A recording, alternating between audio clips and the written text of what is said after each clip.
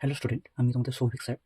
আমি তোমাদের আয়তঘন চ্যাপ্টার নিয়ে আজকে একটু আলোচনা করব।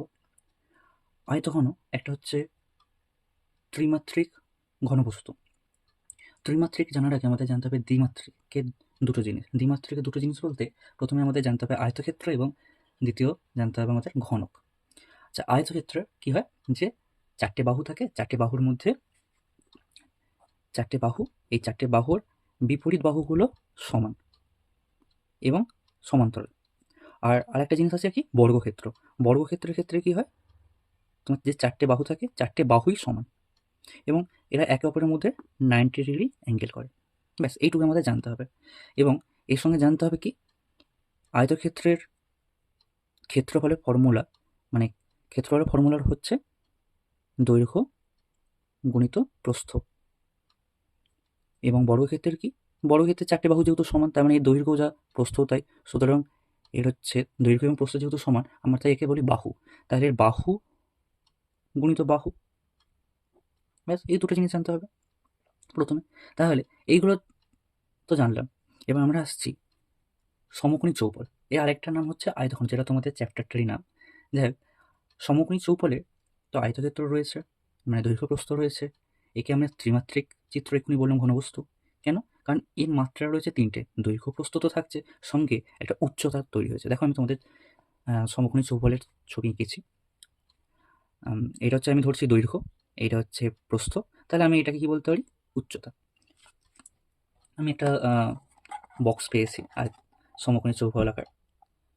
এখানে দেখতে পাচ্ছি কি, এই দিকটা যদি ধরি, একটা আয়তক্ষেত্র টাইপের দেখতে লাগছে, যে দৈর্ঘ্য প্রস্থ আর এই বরাবর মানে এই সাইডে এটা কি উচ্চতা। এবার এই যে সমকোণী চৌকোল আকৃতির যে ঘনবস্তুটি রয়েছে, এটা একটা ল্যাম্পের বাক্স, যাই হোক।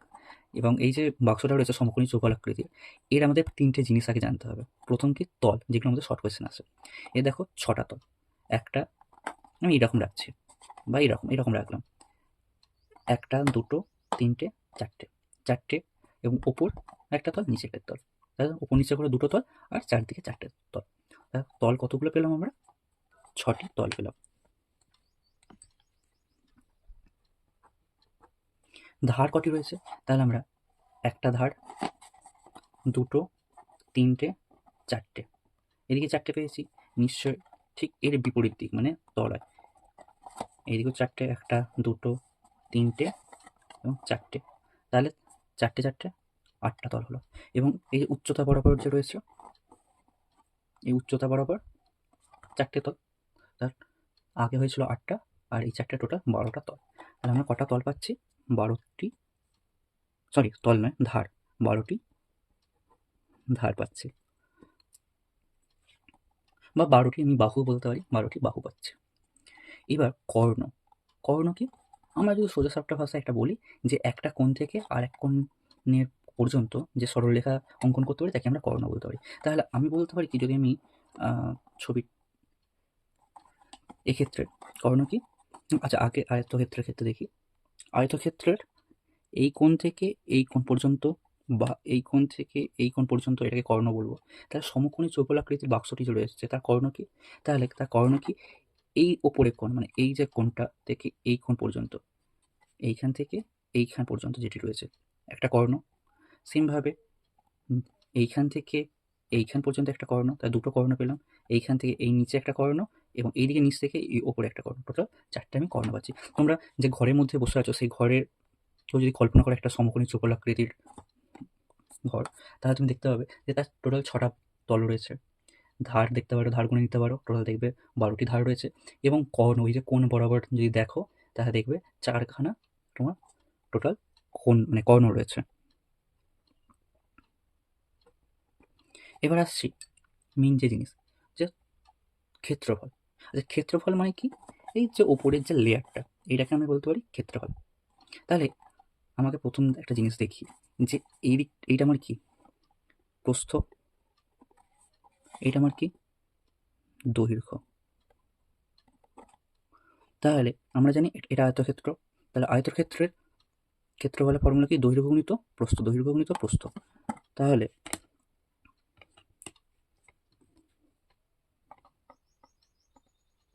আচ্ছা আমি লিখি সমগ্র তল, মানে টোটাল তো 6টা তল, তো টোটাল কতগুলো ক্ষেত্রফল সেটা আগে হিসাব করি। তা সমগ্র তলের ক্ষেত্রফল সমান, তাহলে কি পাচ্ছি, দৈর্ঘ্য গুণিত প্রস্থ।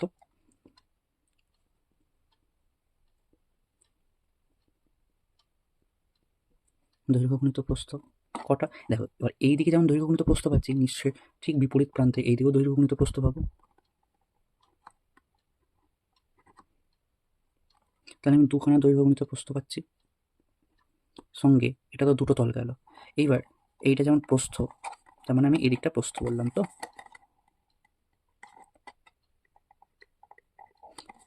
তাহলে এটা কি আমার উচ্চতা।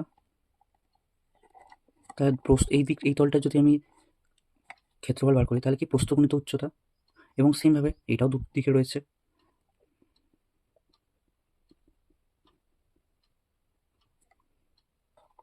এবং এই দিকটা যদি ধরি, তার মানে এই দিকটা আমার দৈর্ঘ্য, এই দিকটা আমার উচ্চতা, তাহলে দৈর্ঘ্য গুণিত উচ্চতা। তাহলে এই দিকটার যে ক্ষেত্রফল, এটাও সেম অপোজিট সাইডে রয়েছে।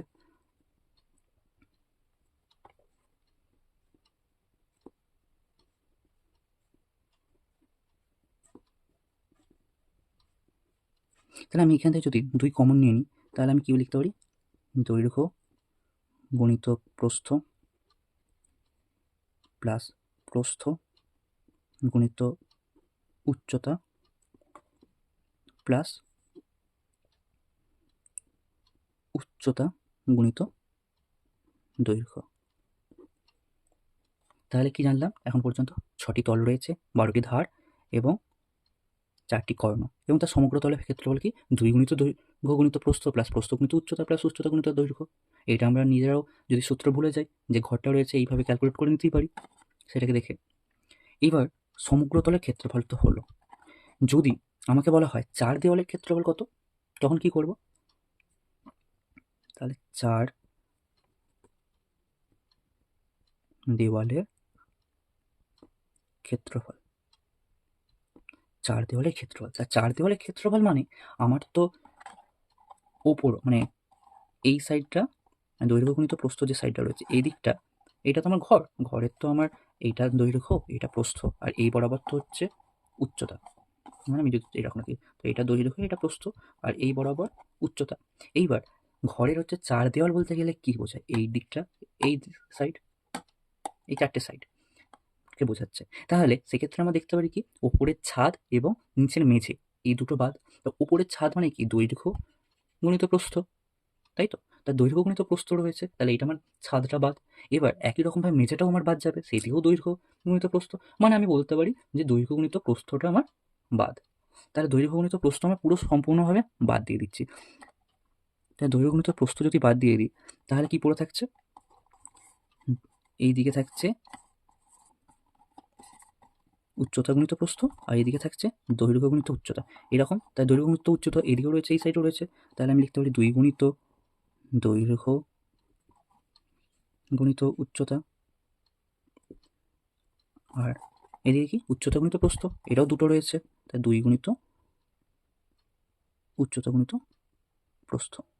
তাহলে এইখান থেকে আমি দেখতে, 2 এবং উচ্চতা এই দুটো কমন নিয়ে নিই যদি, তাহলে কি পড়ে থাকছে, দৈর্ঘ্য প্লাস প্রস্থ, কি পড়ে থাকছে, দৈর্ঘ্য প্লাস প্রস্থ।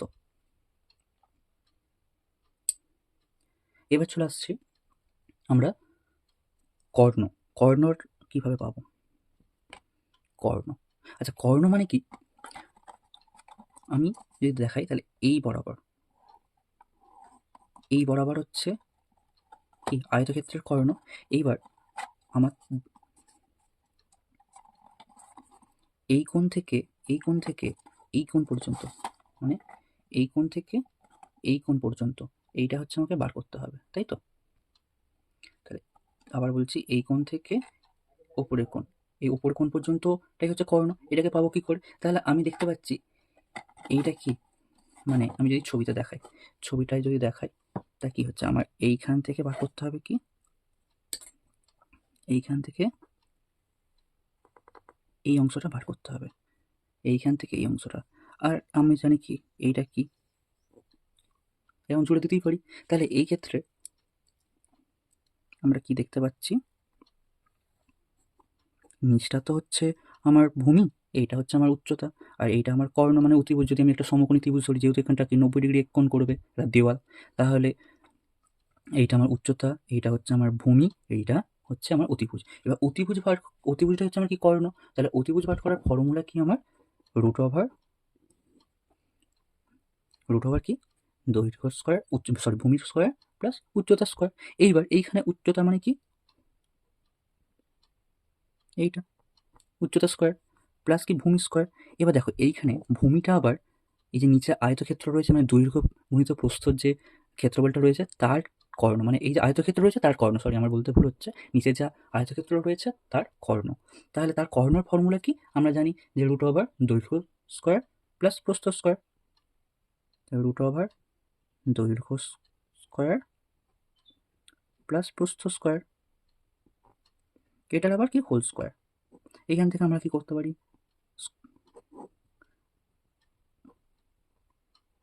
উচ্চতা স্কোয়ার, এই যে রুট আই স্কোয়ার কেটে গেল, কেটে গিয়ে পুরো থাকছে দৈর্ঘ্য স্কোয়ার প্লাস প্রস্থ স্কোয়ার। এবং লাস্ট আর একটা জিনিস রয়েছে, সেটা হচ্ছে আমার আয়তন। আয়তন মানে কি, আয়তন জিনিসটা নতুন আসছে, যেটা তোমরা এখনো পর্যন্ত শোনোনি।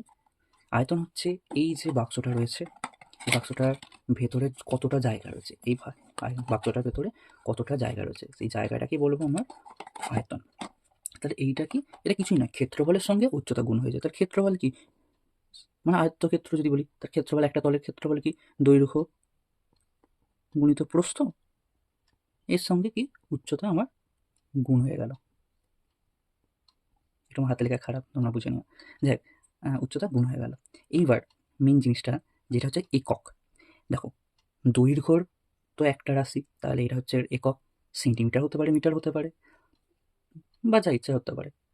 আচ্ছা প্রস্থরও সেম একটা একক। কর্ণর ক্ষেত্রে দেখো, কর্ণ কি হচ্ছে, স্কোয়ার করা হচ্ছে, কিন্তু স্কোয়ার করার পর রুট করে দেওয়া হচ্ছে, মানে সেই হয় উচ্চতা পেলে উচ্চতা স্কোয়ার, তার আবার রুট করা হচ্ছে, মানে কি আমি শুধু উচ্চতা পেয়ে যাচ্ছি।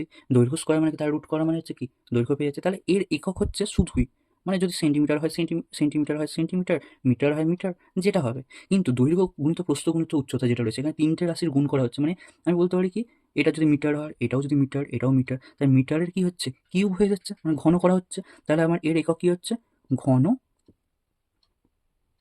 একক। সমগ্রতলের যেটা রয়েছে, সমগ্রতলের ক্ষেত্রফল, যে কোনো ক্ষেত্রফলের ক্ষেত্রে কি দেখা যাচ্ছে, দৈর্ঘ্য গুণিত প্রস্থ মানে মিটার গুণিত মিটার।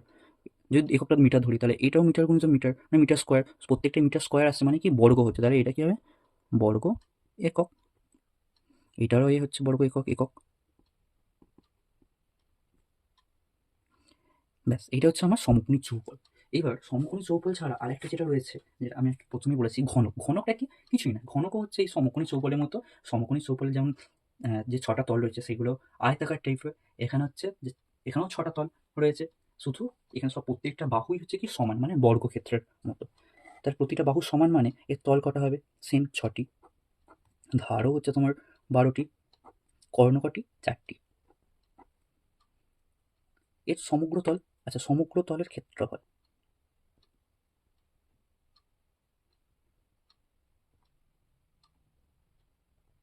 আচ্ছা প্রথম কথা বলি, প্রত্যেকটা বাহুই তো সমান, প্রতিটা বাহু সমান, যেহেতু এটা, তাহলে প্রতিটি বাহু মানে কি, আমি ধরতে পারি কি দৈর্ঘ্য যা, প্রস্থও তাই, এবং উচ্চতাও তাই। এটা সমান আমি কি ধরছি, বাহু ধরে নিচ্ছি, কি বাহু। তাহলে আমি এখান থেকে বলতে পারি কি, যে এইটা একটা বর্গক্ষেত্র, এইটাও একটা বর্গক্ষেত্র, এটাও বর্গক্ষেত্র, মানে যে ছটা তল, ছটা তলই বর্গক্ষেত্রাকার। তাহলে বর্গক্ষেত্রাকার তল যদি হয়, তাহলে একটা তলের ক্ষেত্রফল কি বাহুর স্কোয়ার। একটু আগে আমি বলেছিলাম একদম প্রথমেই, এখানে দেখিয়েছিলাম, এটা আপ করে দেখিয়েছি আমি একটু, বাহু গুণিত বাহু মানে বাহু স্কোয়ার। এবার কটা তল রয়েছে, 6টি তল রয়েছে, তাহলে 6 আমি গুণ করে দেবো। একক কি হবে, বর্গ একক।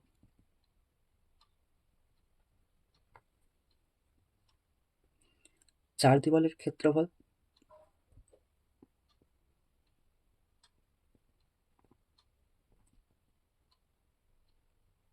এটা কত হবে, চার দেওয়াল মানে কি, যদি তোমার 4টি দেওয়াল হয়ে যায়, 4টি দেওয়ালের ক্ষেত্রফল কি হবে, 4 ইন্টু বাহু স্কোয়ার।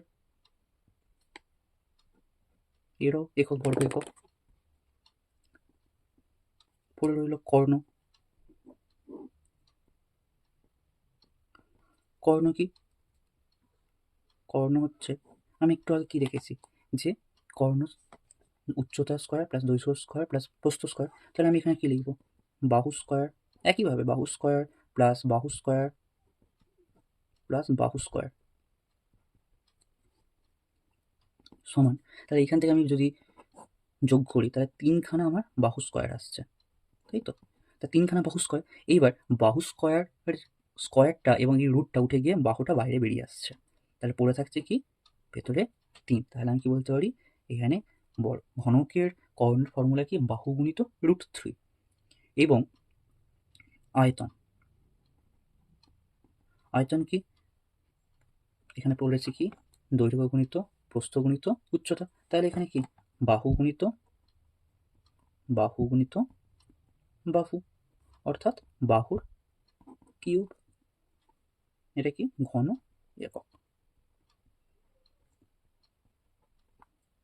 ব্যাস, আমার এই কটা জিনিস, এইটাই হচ্ছে আমার মেন জিনিস। এরপর এইগুলোকে ধরেই আমার অঙ্ক হবে। আজ তো আমি আয়তঘন চ্যাপ্টার সূচনাটা করলাম। এবার পরবর্তী ভিডিওতে আমি এর চ্যাপ্টার যত অঙ্ক রয়েছে সেই অঙ্কগুলো করব। এবং অঙ্কগুলো পেতে হলে এই চ্যানেলে চোখ রাখবে এবং সাবস্ক্রাইব করতে অনুরোধ করব যদি ভালো লাগে ভিডিও, এবং লাইক শেয়ার তো বটেই।